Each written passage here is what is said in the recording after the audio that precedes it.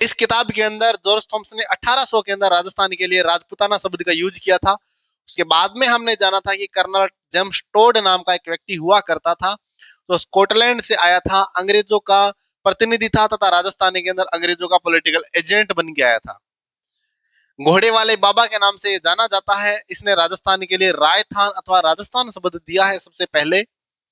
और इसकी किताबें हमने पढ़ी थी कि the annuls and antiquities of Rajasthan. इसका दूसरा भाग है central and western Rajput state of India. इसकी एक और किताब है जिसका नाम है ट्रेवल्स इन वेस्टर्न इंडिया। इतनी बातें पढ़ी थी। उसके बाद में हमने जाना था कि हम पढ़ने वाले हैं चौहान, परमार, प्रतिहार, गुहिल, राठौड़, कछावा। सबसे पहले हमने गुहिलों की शुरुआत की थी। अगर मैं तुम्हें सिलेबस बताऊं तो हम मॉडर्न हिस्ट्री के अंदर, एंशिएंट हिस्ट्री के अंदर ये 6 वंश पढ़ेंगे, मिडाइवल के अंदर, और मॉडर्न हिस्ट्री के अंदर हम पढ़ेंगे सबसे पहले 1857 की क्रांति, किसान आंदोलन, जनजातीय आंदोलन, प्रजामंडल, एकीकरण और स्वतंत्रता सेनानी, समाचार पत्र। 7 टॉपिक जो हम पढ़ने वाले हैं। मेवाड़ की हमने शुरुआत कर दी थी, नहीं करी तो अब कर देते हैं मेवाड़। पहला वंश कोई है, पहला कौन सा है? मेवाड़। मेवाड़ के अंदर गुहिल वंश का शासन हुआ करता था। सबसे पहले कौन सा वंश हुआ करता था? गुहिल वंश का शासन हुआ करता था। एक कहानी है, शिलादित्य नाम का कोई एक राजा हुआ करता था, कहते हैं कि भी, और 546 के अंदर शिलादित्य ने सबसे पहले जो है वो गुहिल वंश की नींव डाली थी। पर उससे अगर मान लो वास्तविक रूप से गुहिल ने सबसे पहले 566 ईस्वी के अंदर गुहिल वंश की स्थापना की थी। कितने वंश, कितने कितने की? तो 566 ईस्वी की।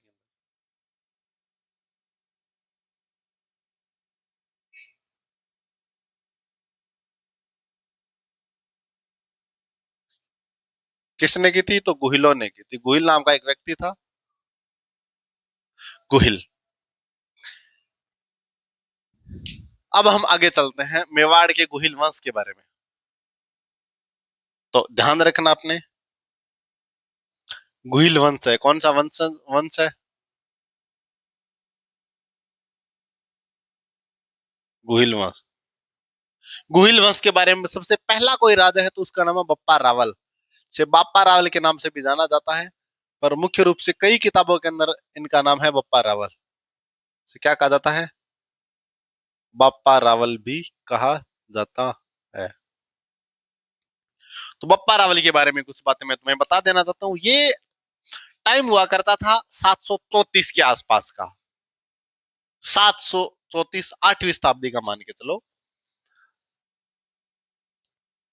8वीं शताब्दी के अंदर बप्पा रावल नाम का कोई एक बंदा हुआ करता था। चित्तौड़गढ़ उस वाले टाइम एक राजा था जिसका नाम था मान मौर्य। कौन था बंदा? मान मौर्य। वहीं चित्तौड़गढ़ के अंदर एक ऋषि रहा करते थे जिनका नाम था हरित ऋषि।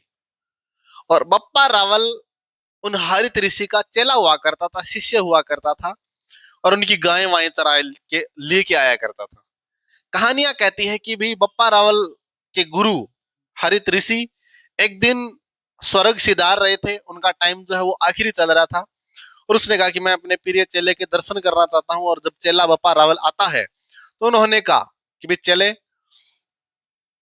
मैं तो जा रहा हूं, अब मेरा तो टाइम कंप्लीट हो गया। और चेले ने गुरुजी को कहा कि गुरुजी आप जा रहे हो तो फिर मेरा धनी धोरी कौन है? मैं किसके लगूंगा? मेरा तो कोई अता पता ही नहीं है। आप थे इतने दिन तक मैं था।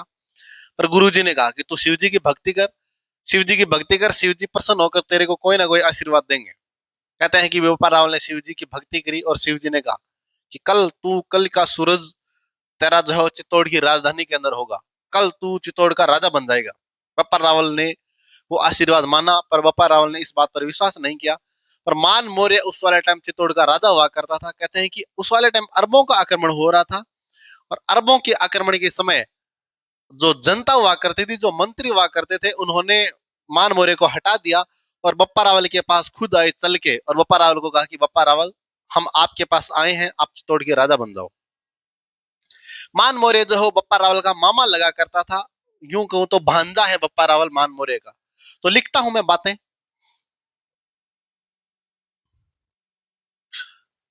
यह हरित ऋषि का शिष्य था।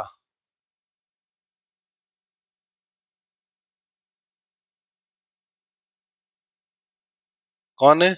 बप्पा रावल। चित्तौड़ में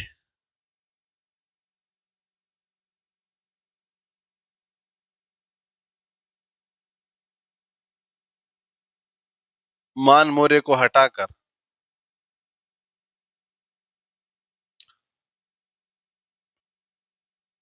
स्वयं राजा बन गया।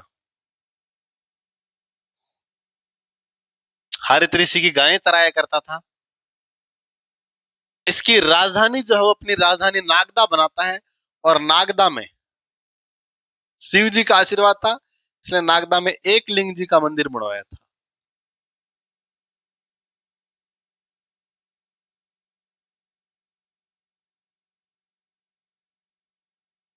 नागदा के अंदर क्या बनवाता है? एक लिंग जी का मंदिर। एक लिंग जी कहते हैं शिव जी को। एक लिंग जी का जब मंदिर बनवाता है तो ये स्वयं को एक लिंग जी का दीवान मानता है।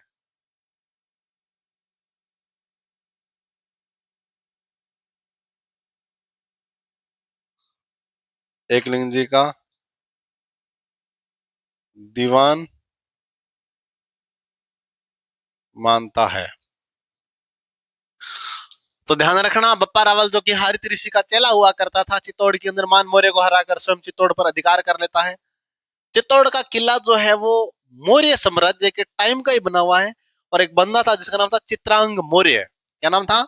चित्रांग मौर्य। कई जगह दय है और कई जगह दय नहीं है। तो चित्रांग मौर्य नाम का एक व्यक्ति था जिसने चित्तौड़ की स्थापना की थी, चित्तौड़ का किला बनाया था। चित्तौड़ का किला एक गिरी दुर्ग है, एक पहाड़ पर बना हुआ दुर्ग है। एसआई 2026 का 6 अप्रैल को जो पेपर लगा था उसके अंदर ये सवाल आया था कि निम्न में से कौन सा दुर्ग चित्तौड़ और जो गिरी दुर्ग नहीं है। इसके अंदर ऑप्शन थे कुंभलगढ़, उसके अंदर चित्तौड़गढ़, एक और था रणथंभौर, और चौथा ऑप्शन था नागौर। नागौर वाला किला जो पहाड़ पे बना हुआ नहीं है, बाकी सारे के सारे किले पहाड़ पर बने हुए हैं। मैंने करके भी मैं और वो सवाल करके भी आया था और मेरा सही भी है वो। अब देखो, यह स्वयं को एकलिंग जी का दीवान मानते हैं। अब हम आगे चलते हैं। अब एकलिंग जी का दीवान मानते हैं, एकलिंग जी का मंदिर बनवाया। अब एक मजेदार बात यह है कि भी इधर अफगान अफगान जो है लगातार आक्रमण कर ही रहे थे, और अफगानों के अंदर एक बंदा है जिसने आक्रमण किया। अफगान शासक जिसका नाम है सलीम। तो वो ये क्या करता है कि भी अफगान शासक सलीम को तो हराता है, और हराने के बाद में उसको वापस भगाता है। वापस भाग जा अपने ईरान। ईरान कहते हैं कि ये वापस ईरान जा रहा था, तो बीच के अंदर पाकिस्तान के अंदर इसने अपनी सैनिक टुकड़ी लगाई थी।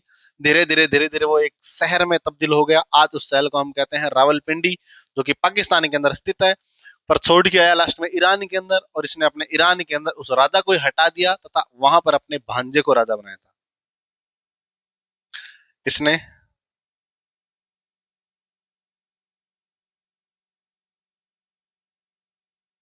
ईरान के आक्रमणकारी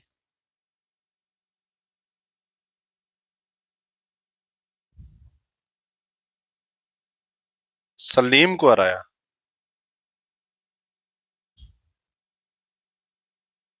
तथा ईरान में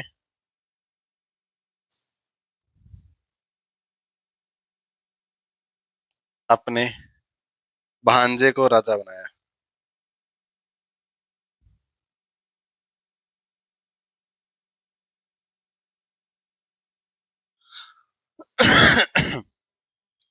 पाकिस्तान के अंदर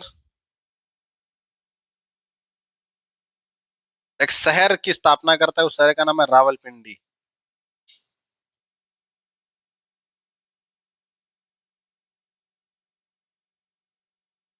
पाकिस्तान के अंदर एक शहर की स्थापना करता है, उस शहर का नाम है रावलपिंडी।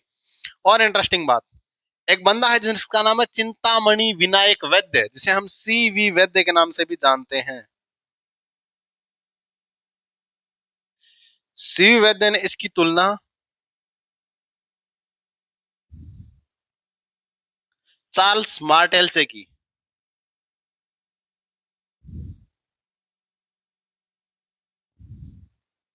कौन है चार्ल्स मार्टेल? तो चिंतामणि विनायक वैद्य ने कहा था कि जिस प्रकार चार्ल्स मार्टेल ने यूरोप से तुर्कों को खदेड़ा है, सबसे पहले तुर्कों को हराया है, एग्जैक्टली उसी प्रकार बप्पा रावल ने भारत के अंदर सबसे पहले तुर्कों को हराया है, तुर्कों को खदेड़ा है। इसलिए सीवी वैद्य ने बप्पा रावल को क्या कहा है?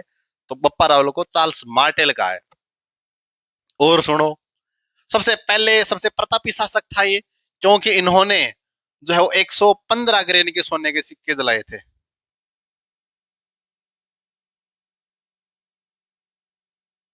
ग्रेन कहते हैं गेहूं के दाने जितने बराबर, या फिर उस वाले टाइम जो है वो सोने को तोलने की पद्धति हुआ करती।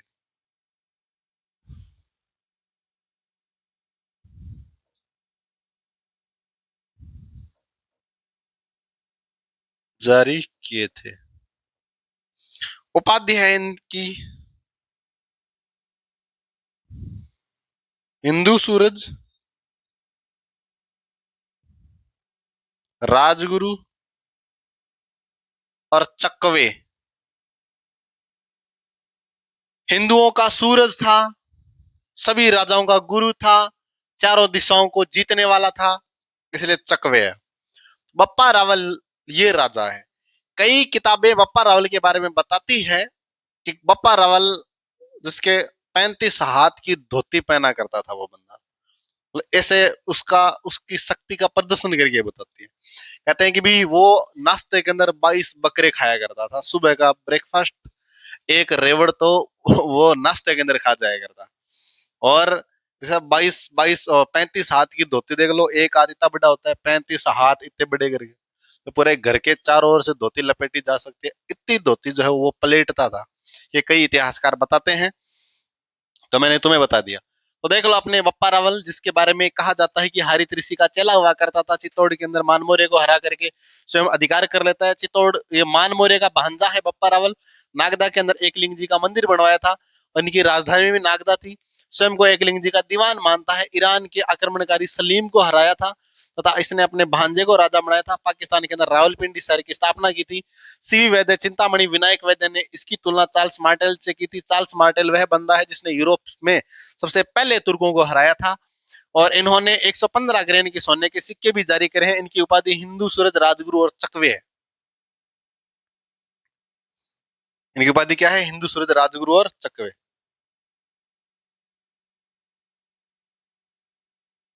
इनका उपनाम जो है वो है काल भोज। उपनाम क्या है? काल भोज। तो भाई बप्पा रावल के बारे में इतनी बातें हैं। अगला राजा हम पढ़ते हैं जिनका नाम है अल्लट। क्या नाम है? अल्लट। नाम बोलो सारे। अल्लट। एक बंदा है जिसका नाम है अल्लट। अल्लट। अल्लट की जो मूल नाम है उसका नाम है अल्लू रावल। मूल नाम कह दो चाहे अन्य नाम कह दो, उसका नाम है अल्लू रावल।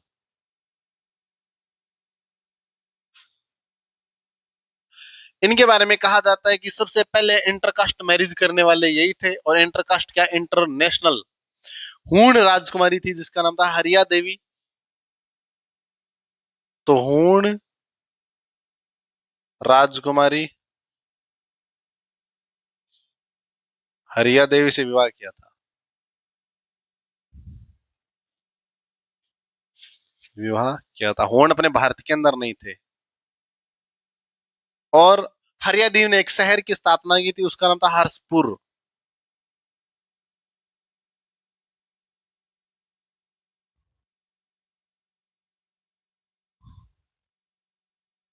हर्षपुर शहर की स्थापना की थी किसने? तो अल्लट, सॉरी, हरिया देवी ने हर्षपुर शहर की स्थापना की थी। मेवाड़ के अंदर सबसे पहले नौकरशाही की स्थापना अगर कोई करता है,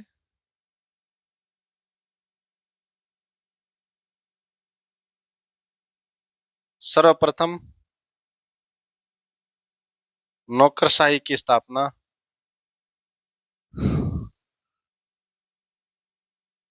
किसने की थी? अल्लट ने।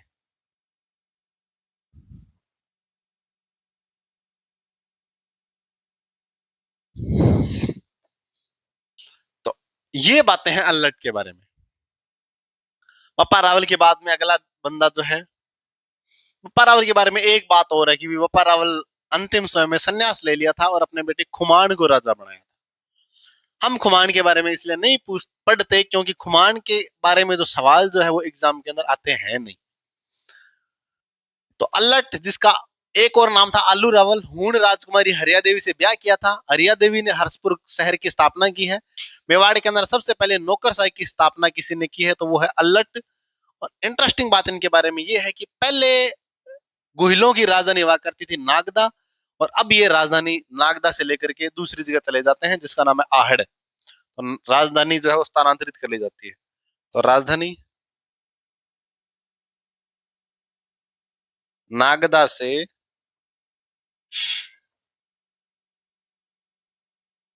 आहड़ की गई या ले जाई गई। राजधानी जो है आहड़ ले जाएगी। किसके बारे में कहा जाता है ये बातें? तो ये बातें कही जाती है अल्लट के बारे में। किसके बारे में कही जाती है? अल्लट के बारे में। तो वापस देख लो एक बार अल्लट के बारे में बातें। मूल नाम था इनका आलू रावल, और आलू रावल जिन्होंने हरिया देवी से ब्याह किया था, जो कि एक हूण राजकुमारी है, इंटरकास्ट नहीं इंटरनेशनल लव मैरिज किया बंदे ने। और हरिया देवी ने एक शहर की स्थापना किया जिसका नाम है हर्षपुर। मेवाड़ के अंदर सबसे पहले नौकरशाही की स्थापना कौन करता है? अल्लट। और राजधानी जो है वो नागदा से आहड़। अब देखो चित्तौड़ के अंदर, मेवाड़ के अंदर दो राजधानियां हो गई, एक तो अपनी नागदा, दूसरी राजधानी होगी आहड़। चित्तौड़ अभी तक राजधानी नहीं है, चित्तौड़ को अभी तक जीता है, पर चित्तौड़ अभी तक राजधानी नहीं है, ये याद रखना। अगला राजा आता है तुम सबका फेवरेट, अगले राजा का नाम है जैत्र सिंह।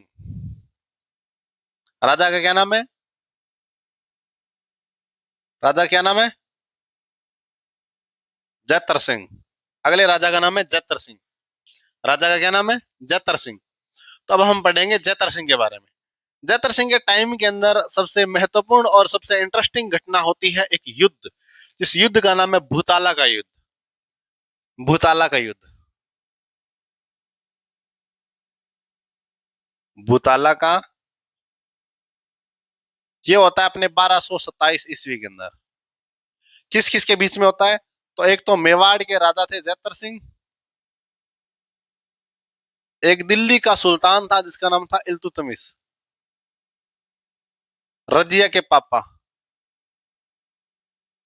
इल्तुतमिश। इल्तुतमिश और जैतर सिंह के बीच में एक युद्ध होता है, उस युद्ध का नाम है भूताला का युद्ध। कहते हैं कि भी इल्तुतमिश ने इस युद्ध के अंदर, इल्तुतमिश बहुत ढंग से आ रहा था, जैतर सिंह ने इतने ढंग से आ रहा है जिसकी हद नहीं है। और जब इल्तुतमिश जब भागा था तो कहते हैं कि इल्तुतमिश ने नागदा को लूट लिया था। इल्तुतमिश ने क्या लूट लिया था? तो नागदा को लूट लिया था। अथवा मैं यूं कहूं कि इल्तुतमिश की भागती हुई सेना ने, इल्तुतमिश की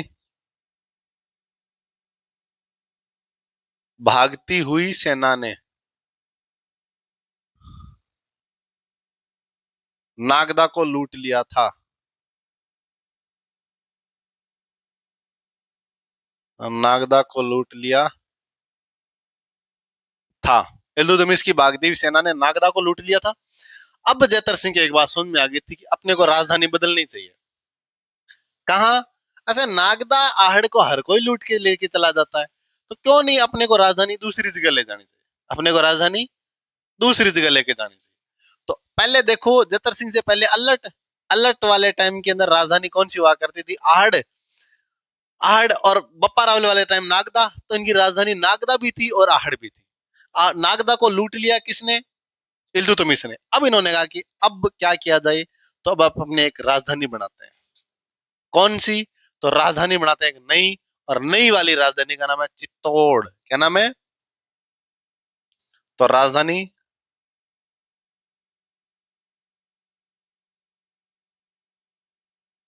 चित्तौड़गढ़ बनाई गई।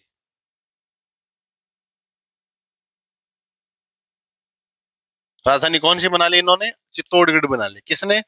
जतर सिंह ने। जय सिंह सूरी की एक किताब है जिसका नाम है हमीर मद मर्दन। क्या नाम है? हमीर मद मर्दन। तो जय सिंह सूरी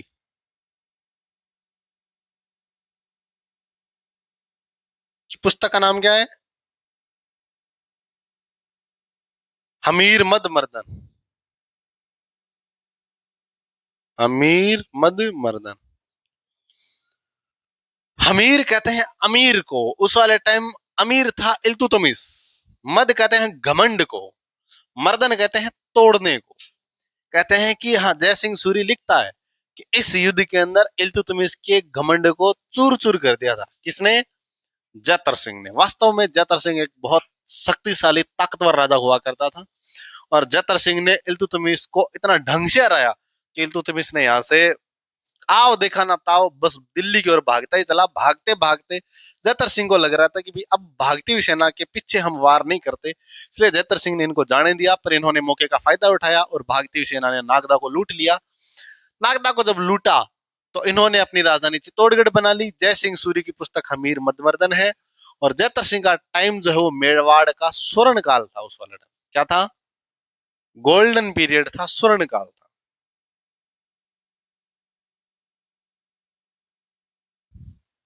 जैतर सिंह का कार्यकाल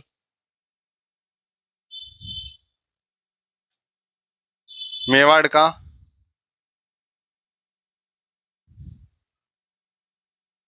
स्वर्ण काल था। क्या था? मेवाड़ का स्वर्ण काल था। इंटरेस्टिंग बात एक और है इसके बाद के अंदर। देखो, इसके बारे में बातें तो इतनी है इंपॉर्टेंट, तो एग्जाम के बारे में बाकी तो बातें देखो राजा महाराजों के बारे में खूब सारी हो ही जाती है, पर एग्जाम की दृष्टि से तुमसे इतना ही पूछा जाएगा। पहले भूताला के युद्ध को मेंशन नहीं किया जाता था, आजकल नए वाली एनसीईआरटी जो है भूताला के युद्ध की जो तारीख है 1227 इसको मेंशन करने लग गई। तो जयतर सिंह का कार्यकाल मेवाड़ का स्वर्ण काल है। अब अगला एक बंदा आता है जिसका नाम है तेज सिंह। क्या नाम है? तेज सिंह। तेज सिंह के बारे में मैं दो बातें यही बता देता हूं कि राजा का नाम है तेज सिंह।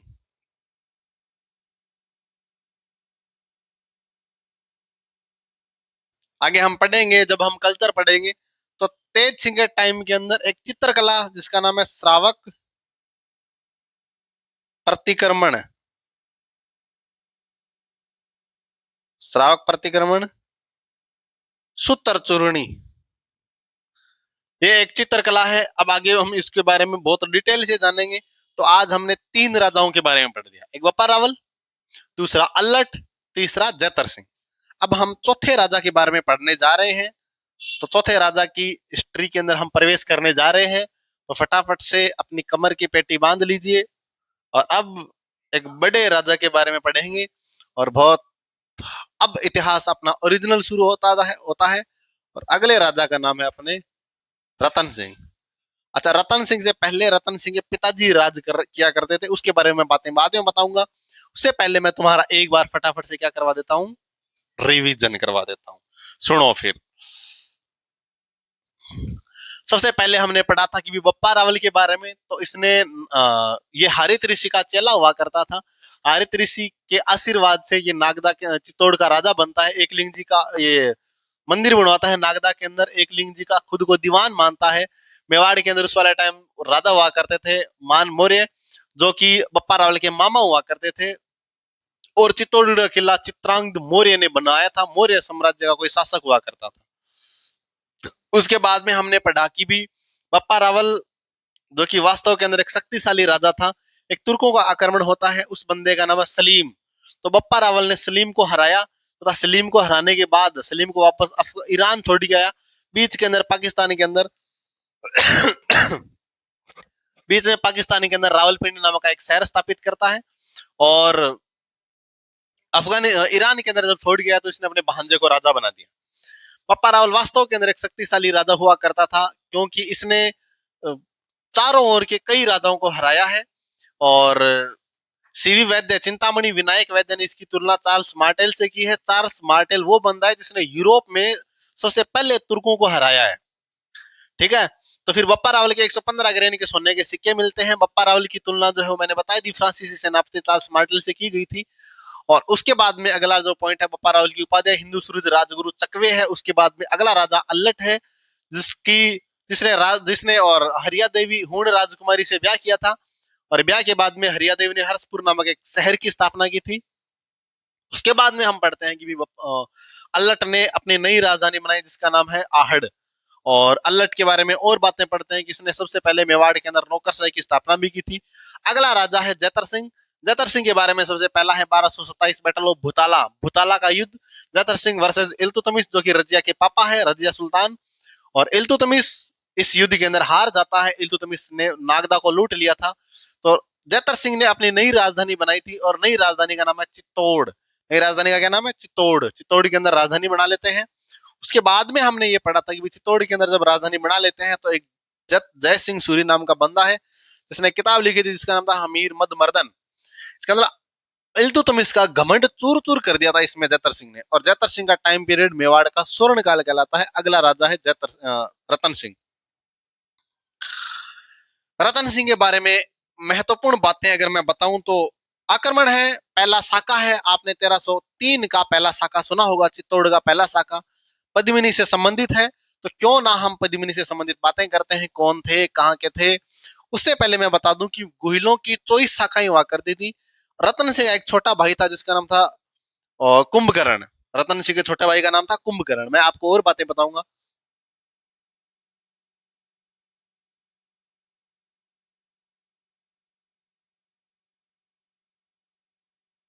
इसका छोटा भाई कुंभकर्ण नेपाल चला गया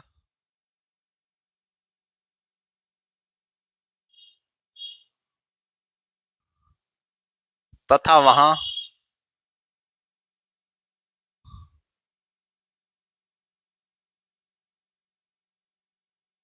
रावल शाखा की शुरुआत की या फिर राणा की शुरुआत की। मतलब है ये गुहिली है। गुहिलों की शुरुआत जो वहां से हो जाती है। तो इसका छोटा भाई कुंभकर्ण नेपाल चला जाता है। अब मजेदार बात क्या है कि नेपाल के अंदर, अब की मैं वर्तमान की बात आ रहा हूँ, नेपाल के अंदर 2008 तक लोकतंत्र था। कब तक था? 2008 तक लोकतंत्र था। और नेपाल के अंदर कहते हैं कि 2008 के अंदर जब लोकतंत्र हटने वाला था, सॉरी लोकतंत्र क्या राजतंत्र था, मैं लोकतंत्र बोल गया। तो नेपाल के अंदर 2008 तक राजतंत्र हुआ करता था। और जब राजतंत्र हटने वाला था 2008 के अंदर और लोकतंत्र आने वाला था, उस वाले टाइम जो नेपाल के जो राजा हुआ करते थे उनको डर लगा, क्योंकि 1917-18 के आसपास के अंदर रूस के अंदर एक क्रांति होती है जिसका नाम है बोल्शेविक क्रांति। और उस वाले टाइम रूस का जो राजा जार हुआ करता था उसको जनता ने मार दिया और लटका दिया। नेपाल के राजा को इस बात का भी भय था कि हमें जनता मारेगी, जिसमें कोई शक नहीं है। तो नेपाल का राजा वहां से आता है और अपने सिक्कर के सामंत के पास, सिक्कर के राजा के पास शरण लेता है। ये अभी की बात है, 2008 की बात है। तो देख लो, जयपुर से रिंग क्रॉस करते हुए ठेठ सिक्कर पहुंचा है। कौन? नेपाल का राजा उस वाले टाइम। तो अब हम बात करते हैं पद्मिनी के बारे में।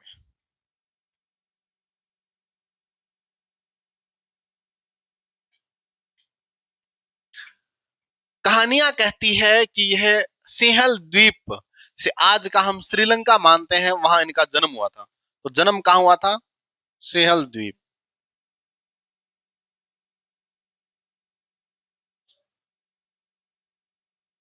आज का क्या है? ये श्रीलंका है। आज का क्या है? श्रीलंका है। इसके पिताजी का नाम था गंधर्व सेन।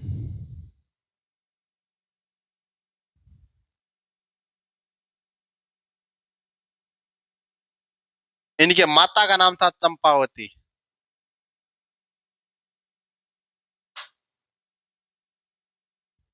इनके माता का नाम तो पद्मिनी की माता का नाम था चंपावती।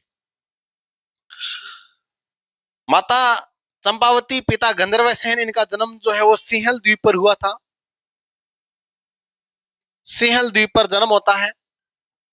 और एक कहानी है इनके बारे में कि कुछ इतिहासकार मानते हैं कि श्रीलंका के अंदर जन्म हुआ था, पर कुछ इतिहासकार मानते हैं कि इनका जन्म बीकानेर के पुग्गल में हुआ था। ये श्रीलंका की राजकुमारी नहीं थी, बल्कि पुग्गल की राजकुमारी हुआ करती थी। ये कहानियां कहती है इनके बारे में कि भी इनका जो जन्म है वो पुग्गल के अंदर होता है। जब भी हम भी कोई दोहे पढ़ते हैं तो पढ़ते हैं कि भी पुग्गल की क्या पढ़ते हैं? वो पढ़ते हैं कि पुग्गल री पद्मणी तू रानी सिरमौर, ऐसे करके कुछ एक दुआ है, तो मेरे को याद नहीं आ रहा। तो उसके अंदर ये बताया जाता है कि भी जो है वो पुग्गल की रानी हुआ करती थी। अब हम आगे चलते हैं।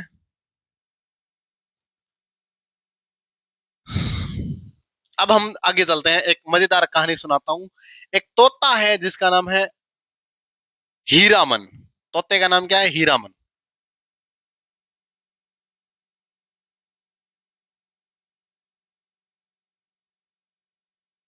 कहते हैं कि हीरामन तोता एक दिन उड़ते उड़ते आता है और रतन सिंह को कहता है कि रतन सिंह जी, यहां से कोसों दूर सिंहल द्वीप पर एक सुंदर राजकुमारी रहती है। और कहते हैं कि रतन सिंह को जब इस बात की खबर सुनती है तो रतन सिंह के रातों की नींद उड़ जाती है और रतन सिंह के मन में अब एक ही ख्याल आता है कि अब पद्मिनी से शादी करनी है। पर पद्मिनी से शादी करने के लिए उसको श्रीलंका जाना होगा। कहानियां ये कहते हैं कि भी रतन सिंह एक जोगी का भेष बनाता है, एक बाबा बनता है और भिक्षा मांगते मांगते जो श्रीलंका पहुंच जाता है। श्रीलंका के राजा गंधर्व सेन ने जब देखा कि वे एक सुंदर युवक जो जवानी के अंदर बाबा बना हुआ है, तो गंधर्व सेन ने उस युवक को बुलाया कि युवक, क्या कारण है इतनी युवा अवस्था के अंदर बाबा बनने का? क्या दुनिया से मोह इतना जल्दी त्याग दिया तुमने? पर रतन सिंह ने रिप्लाई किया कि इसका कारण तुम्हारे महलों में है। और गंधर्व सेन ने जब पूछा तो रतन सिंह ने बताया कि मैं मेवाड़ का राजा रतन सिंह हूं और मैं तुम्हारी बेटी पद्मिनी से शादी करने के लिए आया हूं।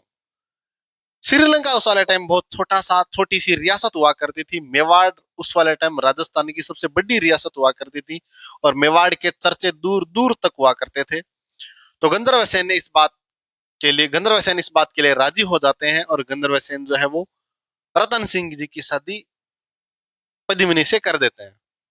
दूसरे दिन जब उनकी विदाई हो रही थी तो खूब सारे नौकर चाकर जो पद्मिनी के साथ भेजे गए थे, उन्हीं पद्मिनी के साथ पद्मिनी के भाई जिनका नाम था गोरा और पद्मिनी का भतीजा जिनका नाम था बादल, तो भाई और भतीजे भी साथ में आते हैं। तो ये ध्यान रखना, हीरामन तोता ने सबसे पहले किसको बताया था? पद्मिनी के बारे में।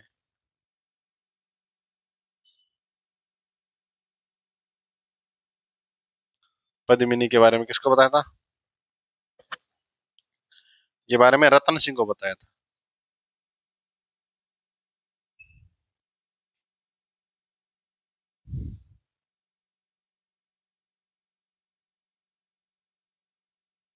रतन सिंह को बताता है कौन? हीरामन तोता।